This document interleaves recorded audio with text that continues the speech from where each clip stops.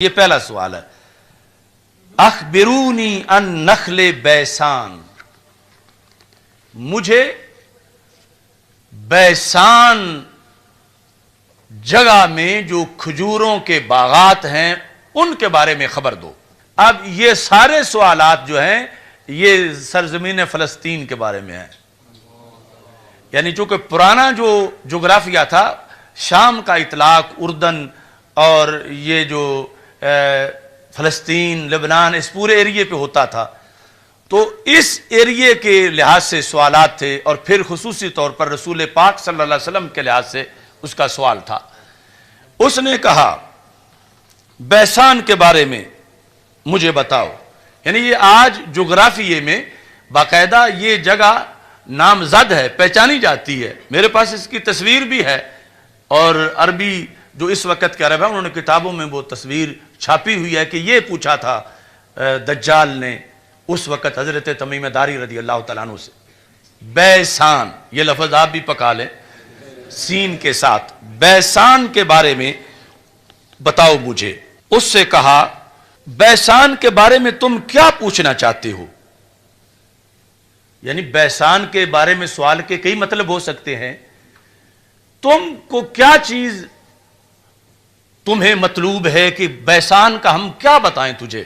مجھے یہ بتاؤ حل تثمرو، کیا وہاں کھجوریں پھل دے رہی ہیں؟ بیسان کے باغ کے جو کھجوریں ہیں مجھے یہ مطلوب ہے کہ کیا وہ پھل دے رہی ہیں؟ قلنا نعم، ہم نے کہا ہاں ان کو پھل ہے، یعنی ہم جانتے ہیں اس علاقے کو، وہ کھجوریں پھل دے رہی ہیں. قال، اب اس نے اس پر تبصرہ کیا، کہتا ہے تبصرے کے اندر انہا توشکو اللہ تثمرا، قریبی وہ وقت آئے گا وہ کھجوریں پھل دینا بند کر دیں. یہ جو سوال ہے اصل میں وہ جکڑا ہوا اپنے لیے کہ میں نکلنے کا وقت جو اسے معلوم تھا ان میں سے ایک نشانی یہ تھی کہ جب بیسان کے کھجور کے درخت بانجھ ہو جائیں گے اور کھجوریں نہیں لگیں گی تو وہ میرے نکلنے کا وقت ہوگا کہ میں جزیرے سے اس جہاں باندھا ہوا ہوں میں یہاں سے نکل سکوں. تو مجھے کوئی پتہ نہیں، تو میں یعنی آپ سے پوچھنا چاہتا ہوں کہ آپ بیسان کے درختوں کے بارے یہ چیز بتائیں کہ وہ پھل دے رہے ہیں یا نہیں دے رہے. اگر اب تک دے رہے ہیں تو ابھی میرے نکلنے کا وقت نہیں، جب نہیں دیں گے تو پھر میرے نکلنے کا وقت آ جائے گا. اخبرونی ان بحیرہ الطبریہ، مجھے بحیرہ طبریہ کے بارے میں بتاؤ. بحیرہ چھوٹا سمندر، طبریہ یعنی یہ اردن اور فلسطین کا جو جوڑ ہے اس کے قریب یہ ہے، یعنی یہ بھی اسی علاقے کا ایک حصہ ہے. تو اسی سے ہی وہ مشہور، یعنی اس کے قریب امام طبرانی جو ہیں وہ یعنی اسی گاؤں کے ہیں جس کے ساتھ یہ سمندر ہے. بحیرہ طبریہ یعنی موجودہ جو اردن، چونکہ اردن اور فلسطین بالکل آپس میں قریب قریب ہیں، یعنی اردن کے کچھ علاقوں سے پہاڑیوں سے مسجد اقصیٰ کو دیکھا جا سکتا ہے. تو طبریہ کے بارے میں بتاؤ. اس کے بارے میں کیا پوچھنا ہے؟ حل فیہا ماؤن، کیا اس میں پانی ہے یا پانی خشک ہو گیا ہے؟ قلنا ہی کثیرۃ الماء، ہم نے کہا اس میں تو بہت پانی ہے. قال ان ماءها یوشک ان یذهب او یذهب، وقت آئے گا اس کا پانی خشک ہو جائے گا. یعنی یہ اس کو دوسری معلومات تھیں کہ جب اس سمندر کا پانی خشک ہوگا تو پھر میری یہاں سے جان چھوٹے گی، پھر زمین کو روندنے کا میرا وقت آ جائے گا اور میں یہاں سے آزاد ہو جاؤں گا. یہ دوسرا سوال اس نے صحابہ کرام رضی اللہ تعالی عنہم سے پوچھا. پھر اخبرونی ان عین زغرا، زغر چشمے کے بارے میں مجھے بتاؤ. حل فی العین ماؤن، کیا اس میں پانی موجود ہے؟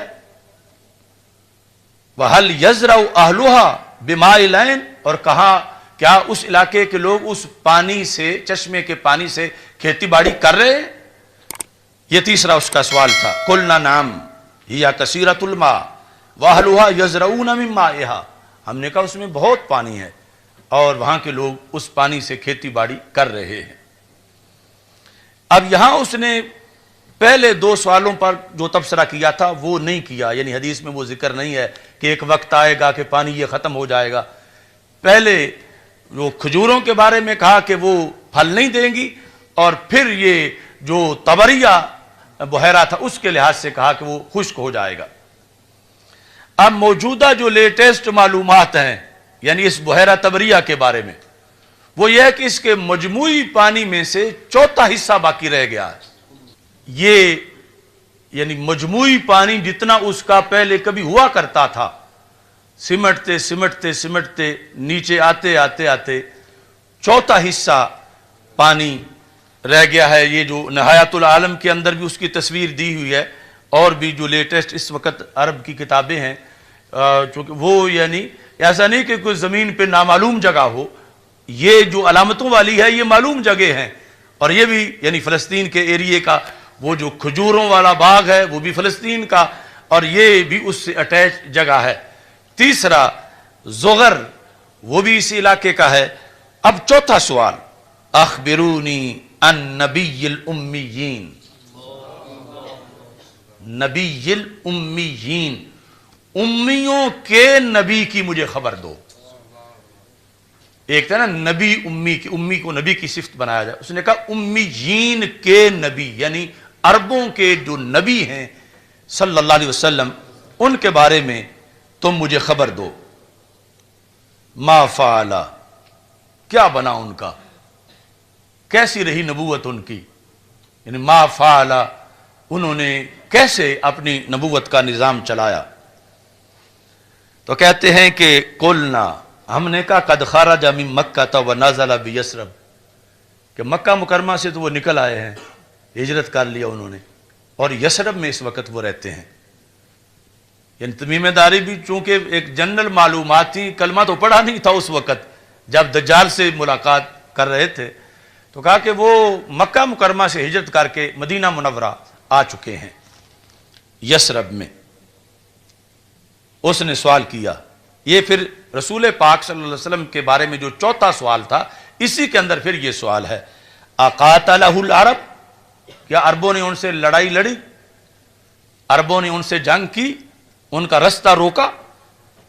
قلنا نعم، ہم نے کہا ہاں عربوں نے ان سے لڑائیاں لڑیں.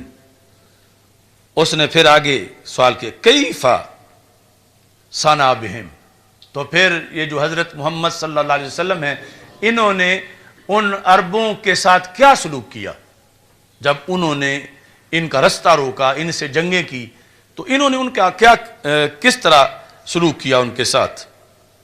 فَأَخْبَرْنَاهُ أَنَّهُ قَدْ ظَهَرَ، ہم نے کہا عربوں پر تو وہ غالب آ گئے.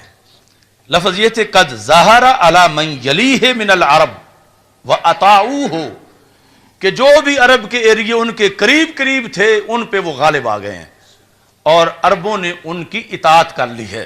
اب یہ جملہ ہے جو کہ ایک تاریخی جملہ ہے، یعنی جس جملے کی توقع نہیں کی جا سکتی تھی دجال سے، مگر آمنہ کے لال صلی اللہ علیہ وسلم کی شان رب اس کی زبان سے بھی بیان کروا رہا. جس طرح وہ شیطان نے بھی آیت الکرسی کا درس دے دیا تھا، تو سرکار نے فرمایا ان الکذوب قد یصدق، بڑا جھوٹا بھی کبھی سچ بول جاتا ہے. دجال تھا مگر پھر بھی یہ جملہ بول گیا جب پتہ چلا کہ عربوں سے جنگیں ہوئی ہیں، عربوں پہ وہ غالب آ گئے ہیں، عربوں نے ان کی اطاعت کر لی ہے. تو کہتا اما ان ذالک خیر لہم، یہی عربوں کے لیے بہتر تھا.